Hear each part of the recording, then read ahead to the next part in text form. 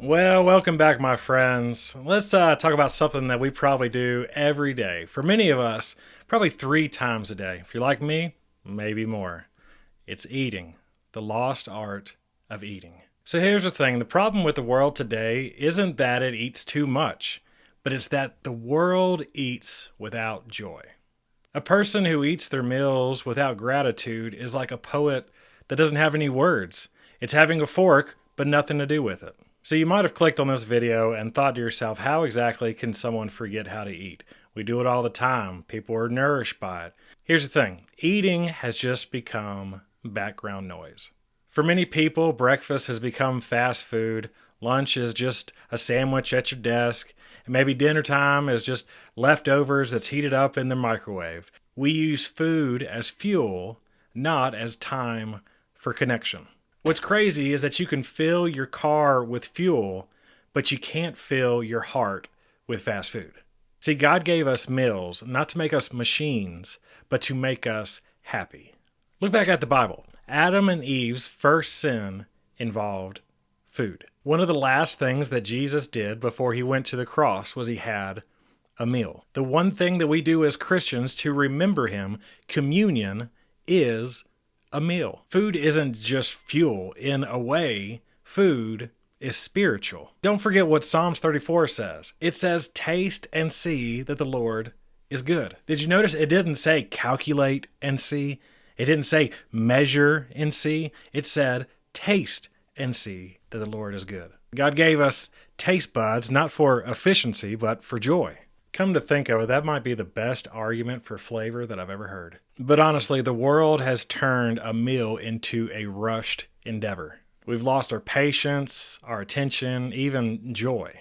We have all the tools and doodads in the kitchen, and our pantries are full, but in many ways, mealtime is just emptier than ever for a lot of people. We just eat quickly, and sadly, we notice that the relationships and the gratitude and the joy just goes by the wayside.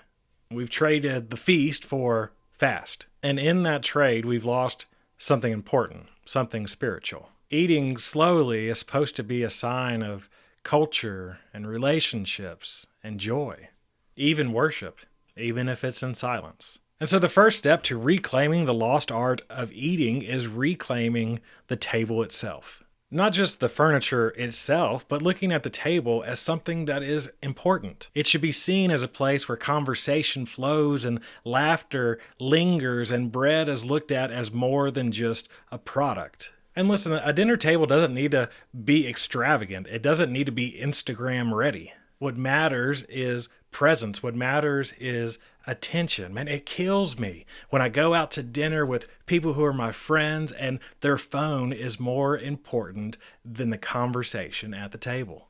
What matters at the table is not the food itself. What matters is the presence that you are there, the gratitude that you are sharing a meal with people that you are supposed to love.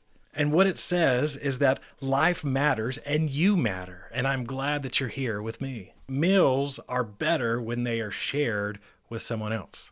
No app or social media post can replace the laughter and the conversation and the joy that you have when you are breaking bread with someone that you love. Slowing down to appreciate your meal slows down your whole life.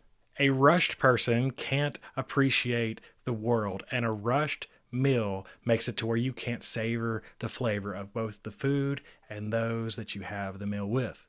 And what's funny is that children understand this far more than adults do. Every bite is a new discovery. Every chew is a new flavor. See, adults have forgotten this. We rush through our meals, we skip dessert, not because we're counting calories necessarily, but because we have something more important that we need to do. And honestly, the person who skips dessert has forgotten what life is all about to begin with. To slow down when you eat is to enjoy life itself. And see, the Bible is full of many sacred meals. We see in God's word that Jesus fed 5,000.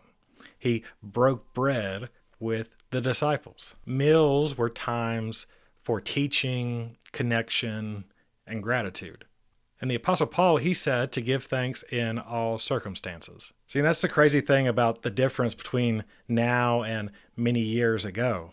Even Christians oftentimes don't thank God or have gratitude for the meal that they're about to have. Years ago, people had to grow their own food and they were reliant on the soil and the rain and all of these things lining up. They knew that food didn't just appear, but that it was God who provided it for them. And not giving thanks before a meal was outrageous. It was unheard of to not thank God before a meal, because it's like getting a gift on your birthday and not thanking the person who gave the gift to you. And when we eat our meals without gratitude, it's as though we are leaving God out of the picture. We are not being grateful to Him for the time that we have and the God who He is. So here's a challenge I have for you this week. Reclaim at least one meal. Sit down without distractions, no phones, no tablets, none of that. Just sit down with the food and the attention. Notice the flavors on that plate. Notice the effort that went in to the meal. Notice the people who are sharing that meal with you. Give thanks. Share a story. Laugh. Pray. Make a feast. Because in reclaiming the lost art of eating, you're not merely reclaiming the flavor. You're reclaiming presence. You're reclaiming joy. You're reclaiming life itself. Even if it's just beans and rice, even if it's just fruit on a plate, no matter what it is, make a feast. Give your attention. Give your thanks. Give your love. Because that's how an ordinary meal becomes extraordinary. Maybe the strangest thing about meals today is that we rush past it without noticing the miracles that are right in front of us. So maybe you should give a toast to the most overlooked miracle in the common world, the ordinary meal. And remember Psalms 34, taste and see that the Lord is good. God bless.